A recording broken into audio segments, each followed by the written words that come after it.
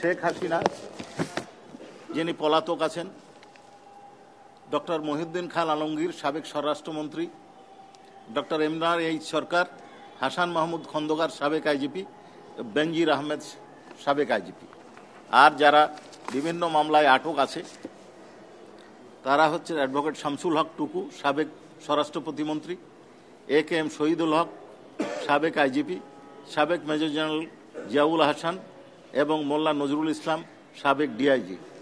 এদেরকে সোনা রেস্টের আবেদন মঞ্জুর করে পিডব্লিউ যোগে ট্রাইব্যুনালে হাজিরের নির্দেশ দেওয়া হয়েছে। আরও অনেকের বিরুদ্ধে আমাদের কাছে অভিযোগ আছে, যেটা তদন্তের স্বার্থে আমরা এখন প্রকাশ করছি না। এদের বিরুদ্ধে আমরা প্রাথমিক এবং গুরুত্বপূর্ণ তথ্য পেয়েছি, উপাত্ত পেয়েছি এবং তাদের বিরুদ্ধে প্রাইমা ফেসি কেস পাওয়ার পরে তাদেরকে বিরুদ্ধে এই মামলায় সোনা রেস্টের আবেদন করলে ট্রাইব্যুনাল মঞ্জুর করেছেন এবং 10 জন এই আগামী 12/5/2025 তারিখ তদন্ত প্রতিবেদন দাখিলের জন্য নির্দেশ দিয়েছেন। শাপলা চত্বরের গণহত্যার পটভূমি তৈরি করেছিল গণজাগরণ মঞ্চ, এবং শুধু তাই নয়, এই গণজাগরণ মঞ্চ বাংলাদেশের সংখ্যাগুরু যে মুসলিম সম্প্রদায় তাদের কৃষ্টি, কালচার, সংস্কৃতির বিরুদ্ধে দাঁড়িয়েছিল এবং হেফাজতের কর্মীদেরকে হত্যাকাণ্ডের সময় এই গণজাগরণ মঞ্চের কর্মীরা, নেতাকর্মীরা সশরীরে অংশগ্রহণ করেছে বলে আমাদের তদন্ত সংস্থার কাছে তথ্য প্রমাণ পাওয়া গিয়েছে। এর বাইরে ইমরানের সরকার গণজাগরণ মঞ্চের মুখপাত্র হিসাবে সে নিজে সরকারের যে সমস্ত ঊর্ধ্বতন কর্তৃপক্ষ, প্রাইম মিনিস্টার থেকে শুরু করে স্বরাষ্ট্রমন্ত্রী, র্যাবের প্রধান এবং পুলিশের কর্মকর্তাদের সাথে বিভিন্ন সময় বৈঠক করে এই শাপলা চত্বরে যে পরিচালিত অভিযান ছিল সেটির পরিকল্পনায়ও তিনি অংশগ্রহণ করেছিলেন। সে কারণে তার বিরুদ্ধে আমরা গ্রেপ্তারি পরোয়ানা চেয়েছি এবং সে বিষয়টা আমরা আদালতের কাছে স্পষ্ট করেছি। এবং আপনারা জানেন যে বাংলাদেশের ইতিহাসের বাক পরিবর্তনকারী একটা ঘটনা ছিল শাপলা চত্বরের গণহত্যা, এবং এই গণহত্যার মাধ্যমে বাংলাদেশের প্রতিবাদের যে সর্বশেষ একটা আশার প্রদীপ ছিল যে ধর্মীয় সংখ্যা গরিষ্ঠ যে সমস্ত সম্প্রদায় তারা তাদের ধর্মীয় অধিকারের ব্যাপারে যে সোচ্চার ছিল এই তদানীন্তন ফ্যাসিস্ট সরকারের বিরুদ্ধে, তা কিন্তু চিরতরে স্তব্ধ করে দেওয়া হয়। এবং যাদেরকে হত্যা করা হয় তারা অধিকাংশই ছিল মাদ্রাসার ছাত্র এবং ইয়েতিম, শিশু, কিশোর, কোরআনের হাফেজ, এই ধরনের মানুষ। এবং পরবর্তীতে তাদের সংখ্যা নিরূপণের ব্যাপারেও কিন্তু তাদেরকে কবর দেওয়া হয়েছে অজ্ঞাতনামা কবরে, তাদের সংখ্যা নিরূপণ করতে দেওয়া হয় নাই। তাদের পরিবার বর্গের কাছে গিয়ে চাপ সৃষ্টি করা হয়েছে যাতে তারা প্রকাশ না করেন যে তাদের সন্তানেরা এখানে মারা গিয়েছেন কিনা।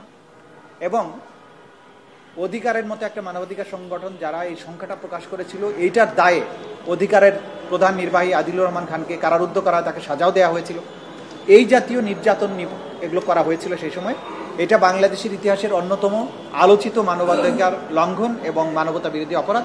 সে কারণে ট্রাইব্যুনাল অনেক পর্যালোচনার পরে এটাকে মানবতা বিরোধী অপরাধ হিসেবে চিহ্নিত করে এটাকে তদন্তের অধীনে নিয়ে এসেছে এবং এটার বিচারের ব্যাপারে পদক্ষেপ গ্রহণ তারা করবে, এটা আমাদের পক্ষ থেকে সিদ্ধান্ত। এটা তদন্তাধীন আছে। কতজন আসলে নিহত হয়েছিলেন সেই বিষয়টা আমাদের তদন্ত সংস্থা বের করবেন, কারণ ইতিপূর্বে কারো পক্ষ থেকে সুনির্দিষ্ট সেইভাবে সংখ্যা আমাদের কাছে যা এসছে এগুলো তদন্ত সংস্থা যাচাই বাছাই করে দেখছে। সুতরাং আমরা আজকেই বলতে পারছি না টোটাল কত লোক সেদিন নিহত হয়েছিলেন। তদন্ত শেষে যখন রিপোর্ট আমরা দেব সেদিন আমরা বলে দেব আসলে কত লোক সেদিন নিহত হয়েছিলেন। আপনারা জানেন যে ক্রাইমস এগেনস্ট হিউম্যানিটিতে প্রধান কাজ হচ্ছে আমাদের কমান্ড স্ট্রাকচারকে ধরা, যারা সেই সময়ে কমান্ড করেছিলেন। আপনারা জানেন যে প্রাইম মিনিস্টার পার্লামেন্টে পরবর্তীতে বলেছিলেন যে এরা রং মেখে শুয়েছিল। তার মানে এটা তিনি জানতেন, জানার পরেও তারা এই ধরনের তুচ্ছতাচ্ছিল্য করা তার নির্দেশ এবং পরিকল্পনায় হয়েছিল। স্বরাষ্ট্রমন্ত্রী, স্বরাষ্ট্র প্রতিমন্ত্রী, আইজিপি, র্যাবের প্রধান, এডিজি অফ, পুলিশের ঊর্ধ্বতন কর্মকর্তারা তারা প্ল্যান করে এটা করেছিলেন।